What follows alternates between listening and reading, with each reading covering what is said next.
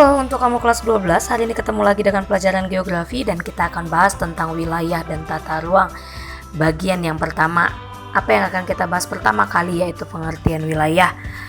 Wilayah menurut Undang-Undang Nomor 47 Tahun 1997 adalah sebuah ruang yang merupakan kesatuan geografis beserta segenap unsur-unsur yang terkait padanya, yang batas dan sistemnya ditentukan berdasarkan aspek administratif dan aspek fungsional. Artinya administratif itu adalah ada batas administrasi dan juga apa fungsi dari yang dibatasi tadi. Itu kalau menurut Undang-Undang Nomor 47 Tahun 1997. Ya, sekali lagi wilayah itu adalah ruang yang merupakan kesatuan geografis. Kalau dikatakan kesatuan geografis, berarti semua unsur-unsur yang terkait dalam geografis.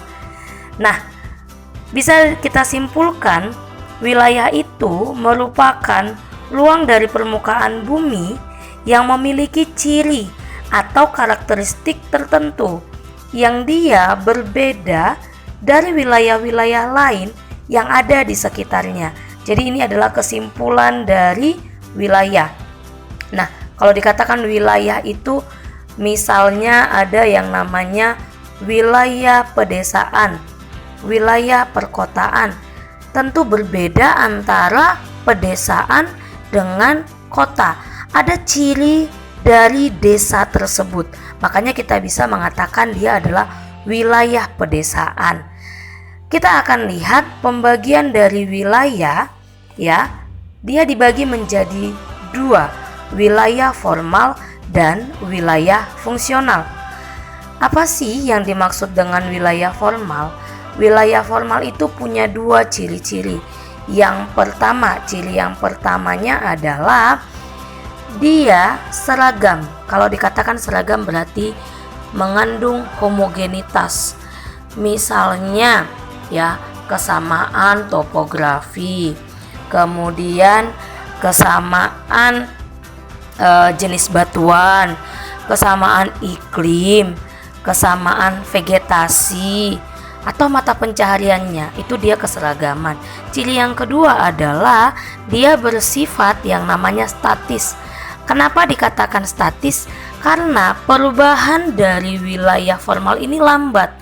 Contohnya itu adalah kalau dia dari awal mata pencahariannya adalah pertanian, untuk mengubah dia menjadi sektor industri biasanya cenderung berjalan cukup lambat. Kalau dia iklimnya adalah iklim pegunungan, ya untuk berubah dia menjadi iklim yang lain itu lambat. Seperti pada gambar ini adalah contoh wilayah pedesaan. Jadi kalau kita lihat karakteristik pedesaan di sini yang mendominasi adalah alam, topografinya, mata pencariannya. Lihat dari gambar, ada yang namanya gambar areal persawahan. Jadi bisa kita katakan ini adalah wilayah pedesaan. Nah, kita masuk wilayah yang kedua adalah wilayah fungsional. Wilayah fungsional itu memiliki 3 ciri-ciri.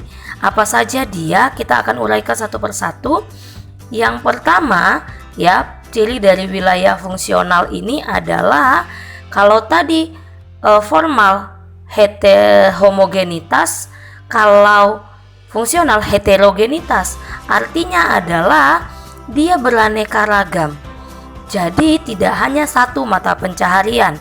Seperti itu ya. Kemudian yang kedua, ciri dari wilayah fungsional itu adalah adanya arus kegiatan transportasi dan komunikasi. Artinya di sini lancar komunikasi dan juga aksesibilitasnya mudah, ya. Sedangkan ciri-ciri dari wilayah fungsional yang ketiga itu dia adalah dinamis. Arti dari dinamis ini dia cepat berubah. Kalau awalnya dia adalah industrinya masih satu bidang industri. Salah satunya contohnya adalah perdagangan. Kalau dulu di sini pabrik itu hanya ada pabrik karet, tetapi dengan munculnya cake semangke, maka dia cepat berubah. Ya, mata pencaharian di sini pun beraneka ragam. Tidak hanya lagi yang namanya di bidang pertanian, tidak lagi di bidang hanya jasa, industri pun sudah banyak di perdagangan. Ini adalah contoh wilayah fungsional. Kamu bisa lihat ya, beraneka ragam dari topografinya aja, dari penggunaan lahannya saja, banyak dia yang cepat beralih fungsi lahan. Ya, jadi ini cukup sekian penjelasan tentang fungsional dan formal. Kita akan lanjut ke materi yang berikutnya di part selanjutnya.